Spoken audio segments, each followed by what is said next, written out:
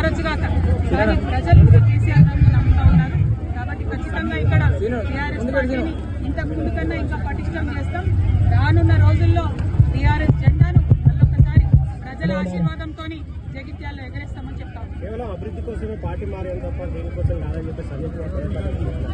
మరి ఈ సంవత్సర కాలంలో ఒక చిన్న రోడ్